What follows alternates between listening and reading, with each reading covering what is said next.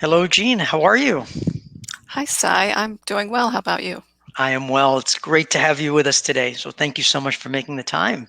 Appreciate it. Well, thank you, Sai. You're welcome, and thank you for the honor of this invitation. You are masterful at enabling engaging conversation. I'm grateful to be invited, and I'm ever grateful for your support. You're very kind, my good friend. You're very, very kind. Oh, definitively a privilege to be with Jean. And this is in anticipation, of course, of the May 13th event that we have around rethinking women's leadership across the globe and across the world and what have you. This is, of course, in collaboration with Andy Simon and her work in Rethink, and likewise the Women Business Collaborative. So very honored to have you with us. And I would love for you to introduce yourself to the world, and we'll dive in. Thank you. My name is Jean Tennille. I have been in the technical communication field for most of my career, as a writer, as an editor, and as a manager. Currently, I manage a team of editors and I manage a team of writers, and I work for a healthcare software company. Wonderful, wonderful. And Jean, as you kind of reflect on the event that's coming up and the state of the world and the history and what have you, and I'm extremely, of course, attuned to your perspective on language and beyond.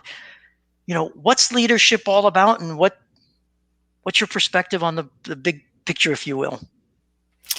My big picture of leadership, I guess, is, well, it's pretty local.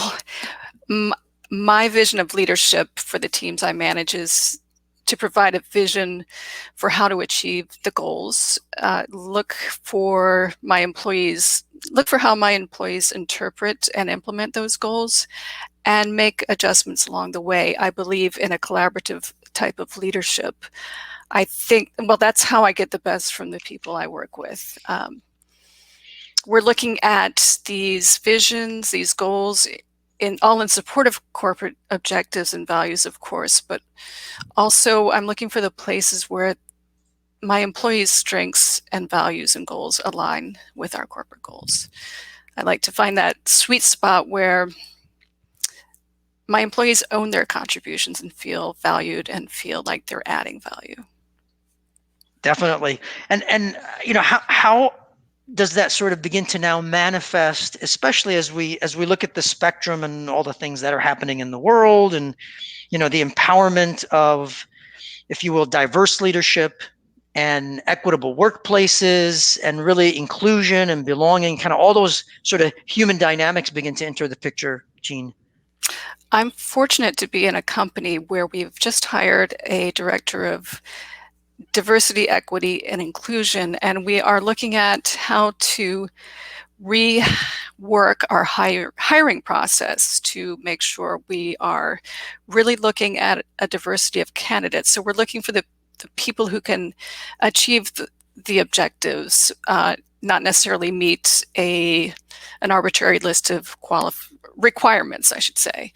We're looking for the people who can translate their knowledge to what we need, translate their skills to what we need. And I think that is a very important way to bring diversity into an organization. We are also looking at how to, my company has been very good about bringing engagement to the workplace and looking for the gifts that people who may not have been noticed before, looking for the gifts that they have to offer, looking for the diverse perspectives they can bring to the organization, and bring those good ideas forward. Excellent. Thank you, Jean. And as you reflect on kind of on the state of the world, if you will, and women leaders in the world and your journey, and the implications of language. I know it's the implications of language and the stories that we tell ourselves. Sort of what thoughts come to your mind there? For a long time, and I see a groundswell, I see a shift. I'm so grateful to see this shift. People are starting to think about language more. For the longest time, I've thought about the word mankind, and the word mankind is still heavily used. I see in many places humankind has been replaced, and I really like that change, because the word mankind I think it comes from a time when women were property, honestly. Women weren't in the public sphere. They weren't part of public discourse. They weren't investigated by, I mean, medicine was about finding out what was, how to enhance mankind's health, and it was focused on men. So I really am glad that I'm seeing a shift from mankind to humankind, and it hasn't gone away. There's something about the familiar, you lose the story behind it, but the story is still there. And if we can start embracing the language of inclusion, we can tell ourselves a different story. We can tell ourselves a story that we are agents and not objects or not reflections. We are agents, and I think we can contribute more when we see ourselves as agents and not objects. Very eloquently expressed it, and I think it really is key for us to recognize that language is the manifestation of how we think, how we feel, and ultimately what gets translated into behavior. And if we are going to challenge our stories that we convince ourselves, it really does begin with a degree of shifting our language and moving us toward that new behavior, if you will. Yes, I recall that Andy Simon brought up this issue of telling yourself a new story, and as you say, language is an important component of telling a new story. This is not related to work, but it is a story that illustrates a dynamic that I think I certainly feel. I've heard from my women friends that they feel the similar dynamic, but, and not to blame anyone alive today, it's like a really old idea. But on Easter morning, my husband brought me breakfast in bed, and later that day I called my father and wished him a happy Easter, and we were talking about our days, and I told him that Ralph brought me breakfast in bed.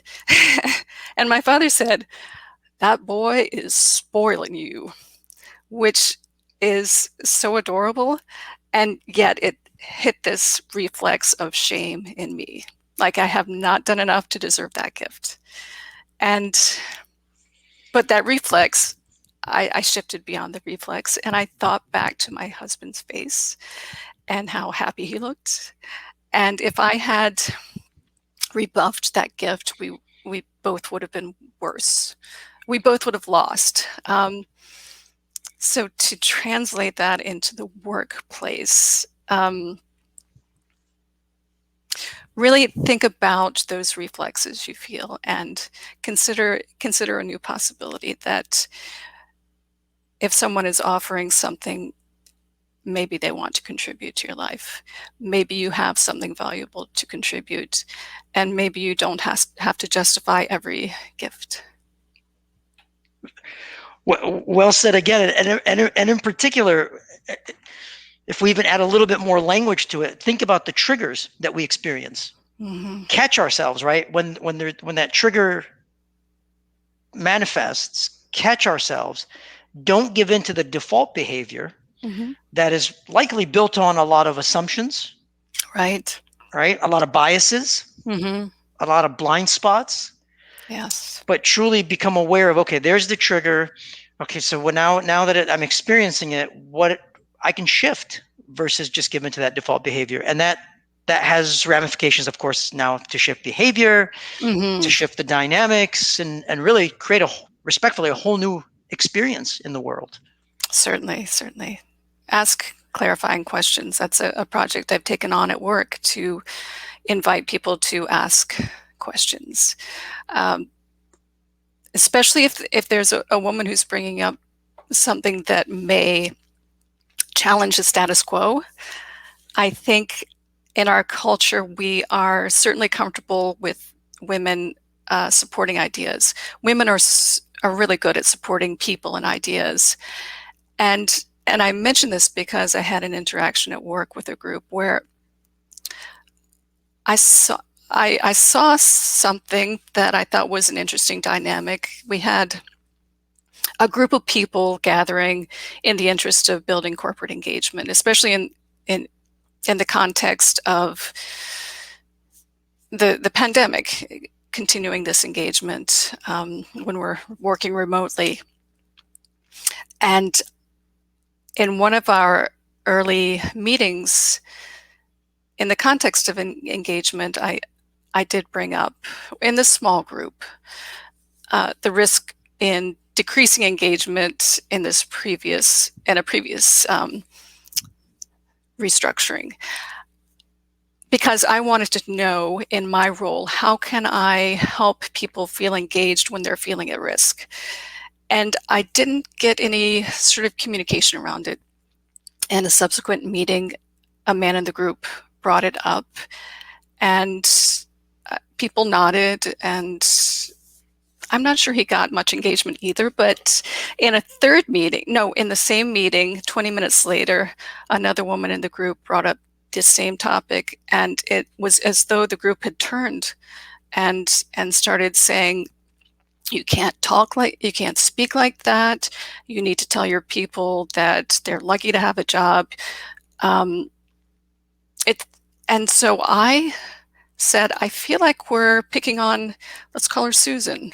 And that's when I felt even more of a splintering in the group, which made me wonder if we're not so comfortable, or we're not so used to women challenging. We're used to women supporting and not challenging. And the reason I bring that up is that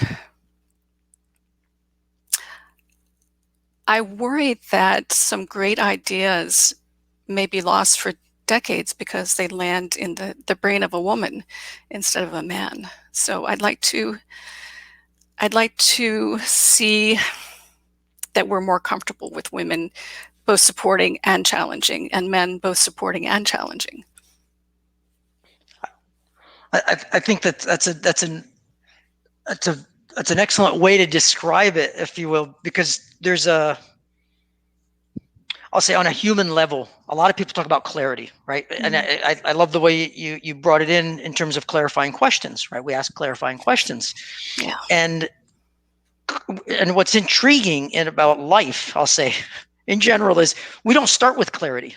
Mm-hmm. So a lot of people go into a conversation or what have you saying, well, give me clarity. The reality is you can't start with clarity. What you have to do is, exactly to your point, is get into the uncomfortable space of being curious and creative, from which then clarity emerges. Right.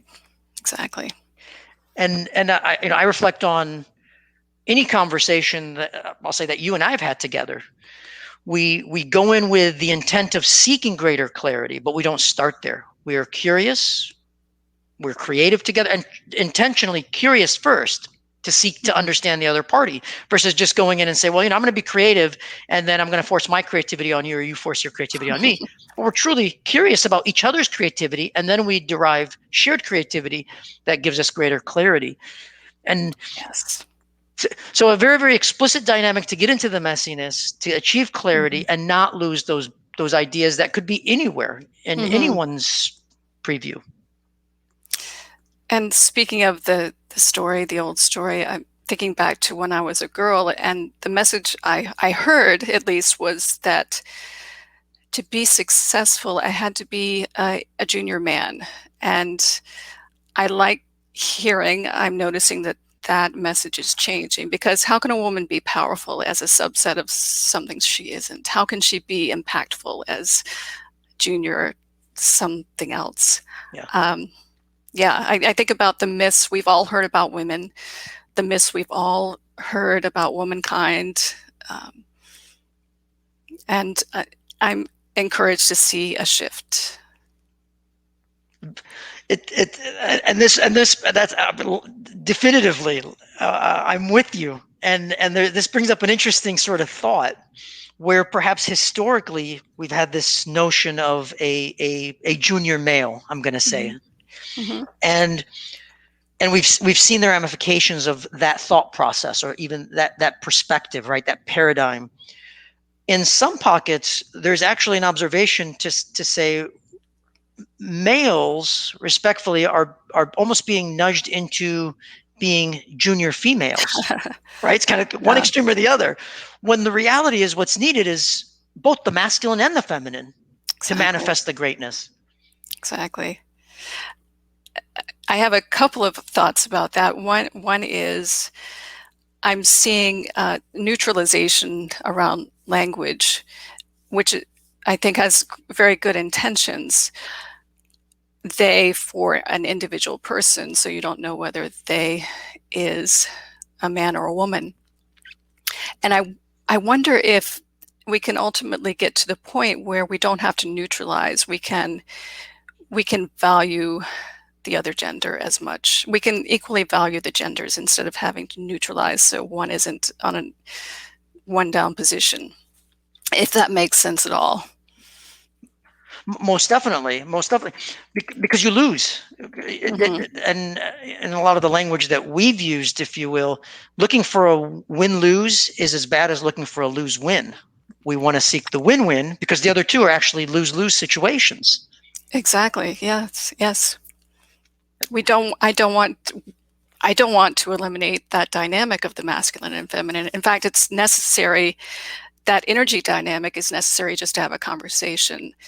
I have to put out so-called masculine energy to put my ideas forward to you, and you have to don't have to, but if you want a good conversation, the other Yep. side has to take the feminine approach of hearing and receiving.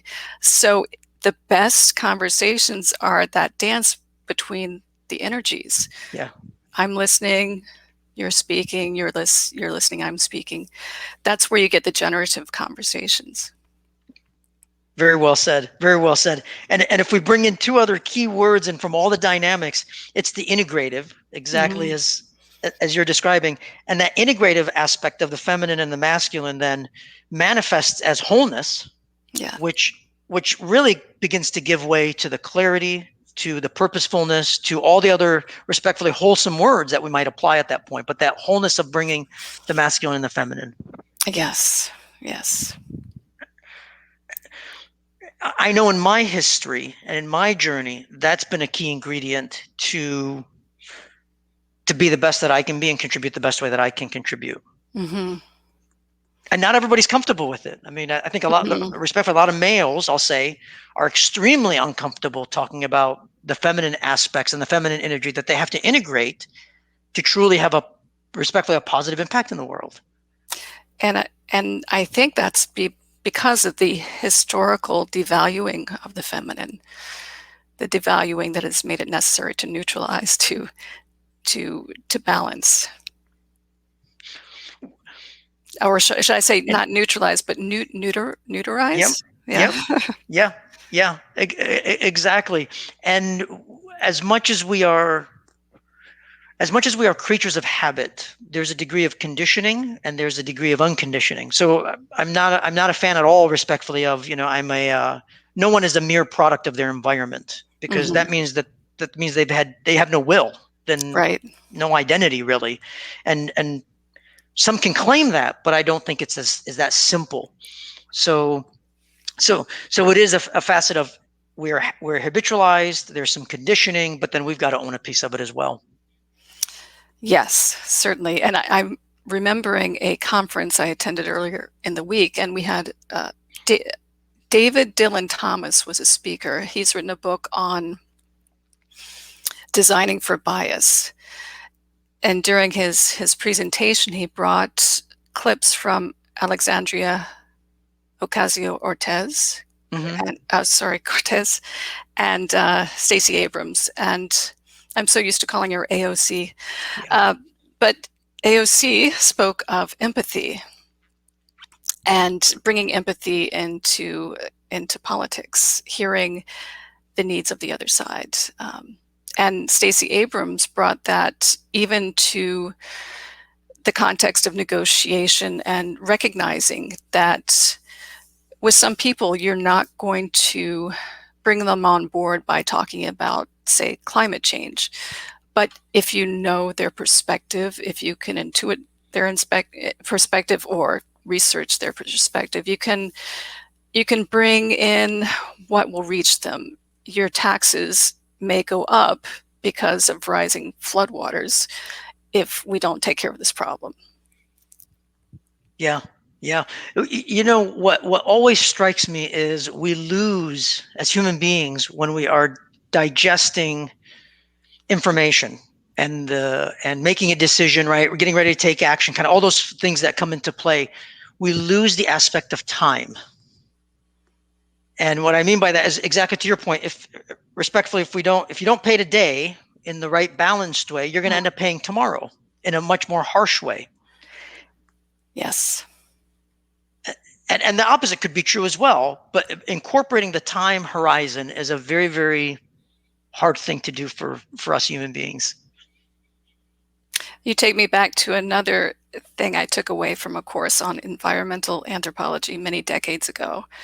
This is all I remember, but it was impactful. It was the point that unless you allow for gradual change, you'll end up with revolution. The dam breaks. Very well said. Very well said. And I definitely want to respect your time and what have you, and I want to kind of nudge us with sort of this question a little bit toward a degree of conclusion. Is if you could say something to all the leaders, business leaders, political leaders, whatever spectrum of leader that you might apply, what would your message be to the world, my friend?